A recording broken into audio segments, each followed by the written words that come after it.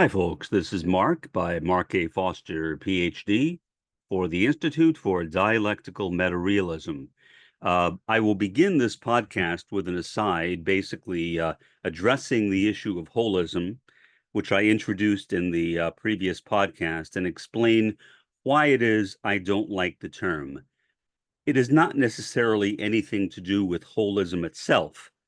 It is with the guy who coined the term, a guy named Jan Smuts. He was a racial bigot. He believed in the inferiority of Black people, and he thought that they needed the guidance of white people. So there you have it. That's the reason why I do not like holism.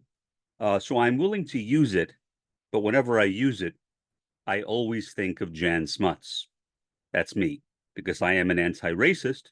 It is hard for me to use that term in good conscience. But there you go. That is the reason. And now I will move on to what I wanted to address more specifically in this podcast episode. Um, my car is in the shop.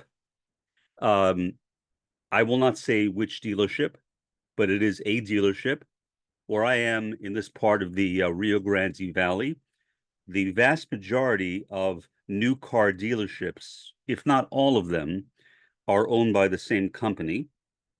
I will say that, but I won't say which specific dealership I am talking about.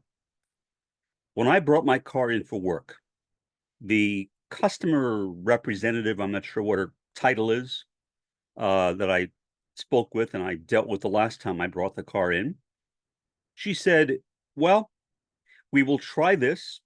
And if it doesn't work, we will try something else. Now, I could have responded right then and there, and I felt an inclination to laugh at her, but I did not want to do that. So I said, well, this was yesterday. They open up again tomorrow, Monday. So I will just go ahead and call her in the morning and then tell her what I think after having thought it out more fully. So here's what I think. That better not happen. If it does, I will sue the pants off of them.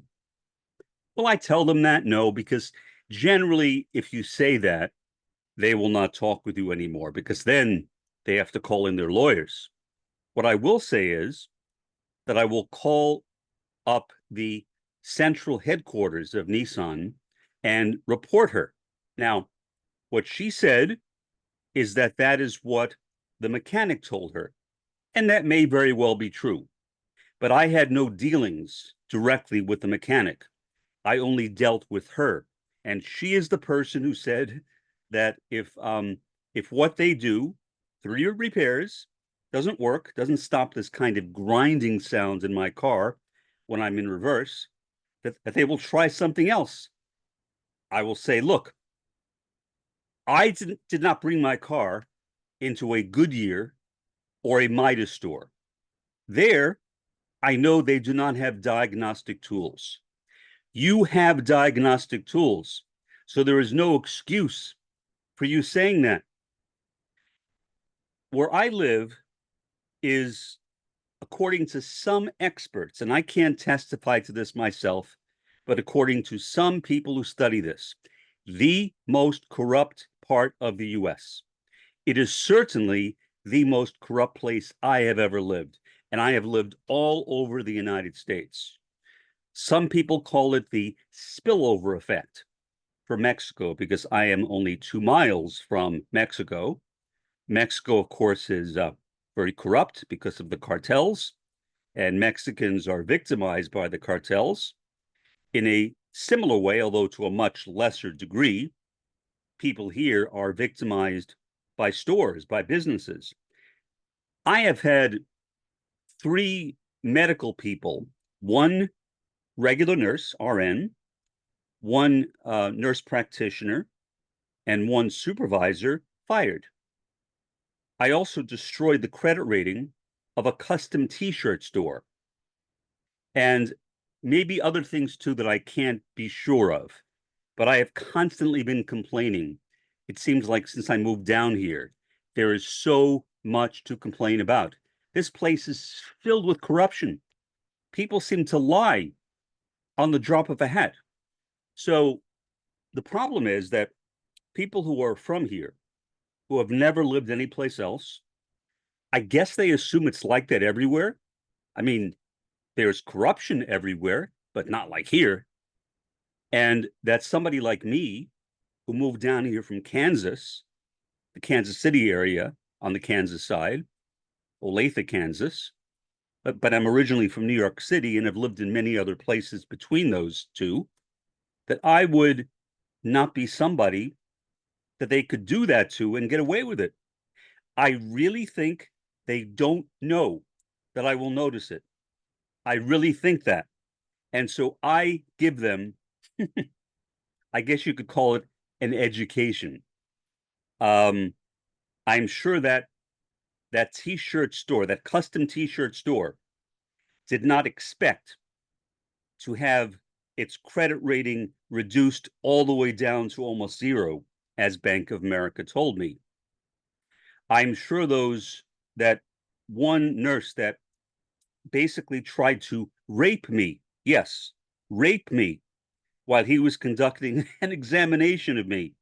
I'm sure he did not expect to be fired and to lose his nursing license. I'm sure that supervisor in another hospital did not expect to be fired for what he did. And I'm sure that other nurse did also not expect to be fired for cooperating with that other nurse. That person happened to be a nurse practitioner. So I run into this again and again. All I can say is if you are planning to retire in the United States, do not move to the Rio Grande Valley of Texas. You will regret it. I should have been more careful, and I wasn't. I wanted to move to a warm climate. This area is that. Where I live has exactly the same climate as Honolulu, which is actually not tropical. It is almost tropical, but not quite. Same thing as here.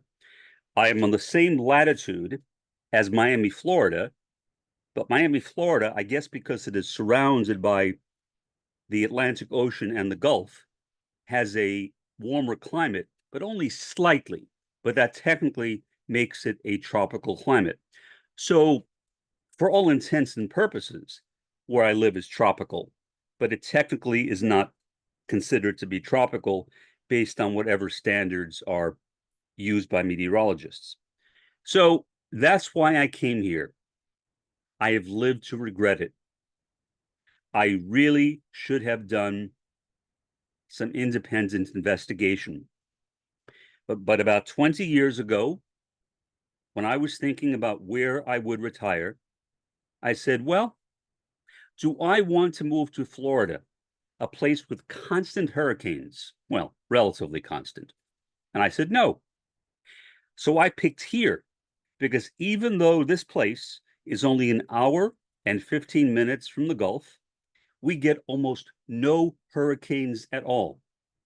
If there is a hurricane on the other side of the Rio Grande Valley, we may get at the most a tropical storm or something, or a low pressure system. I'm not sure what it's called.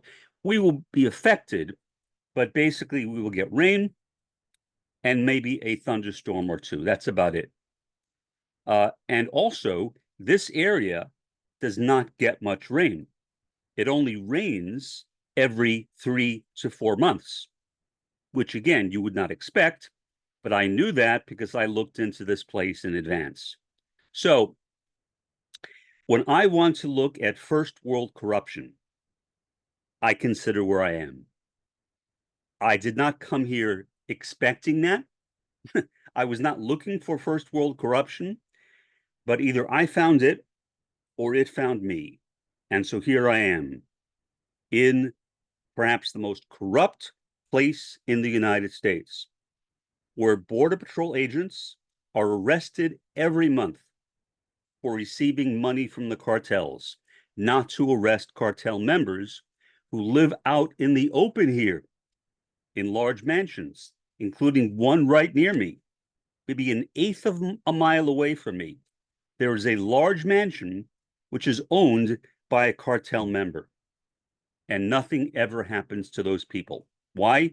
Because they pay off Border Patrol, they pay off police, they pay off mayors, they pay off county supervisors, et cetera, et cetera, et cetera. That's the reality of this area where I live. It is a very sad situation, considering that the Rio Grande Valley is disproportionately poor. I am not poor, fortunately, but I am an exception. Where I live here in this condo complex is not that poor. There are some poor people here. I don't know how they afford to live here, but there are some poor people who live in this condo complex. But I'm not. And so I can afford to seek out better work, meaning to seek out better companies.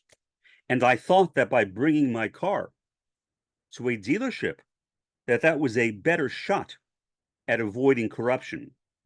It was not. So the corruption includes the dealerships. And I say that because the vast majority, if not all, of the dealerships in this area are owned by a single company. That is further corruption. Further corruption. And I won't get into what that entails because I think that may get me in trouble. Somebody might use that against me, I suspect, or maybe not, but I'm not willing to take that chance. I will just say that there is a lot of corruption here, and the fact that all the dealerships here, or most of them, new car dealerships, are owned by a single company, just one company. I have never lived in a place quite like this. Not quite like this. Where I used to live in Kansas, about half of the dealerships were owned by one company, McCarthy, but that was only half of them. The other half were owned by a variety of other people. So I would not say that they were corrupt. In fact, I liked the dealership that I dealt with in Kansas. I had no problems at all with them. They were, in my opinion, very ethical for a dealership. Very ethical. This place I hoped would be ethical, but as I found out yesterday, when that customer service rep said, we will fix those three things and we will see if that works. If not, the mechanic will try something else. That has to be one of the most absurd things anyone has ever said to me, but not here. So if you're thinking about moving to the Rio Grande Valley of Texas, my suggestion, take it or leave it, is change your mind. Pick someplace else. Move to Alaska if necessary, but do not move to the Rio Grande Valley of Texas. For the time being, this has been Mark by Mark A. Foster, Ph.D., for the Institute for Dialectical Metarealism. Have a pleasant day and an even better day tomorrow.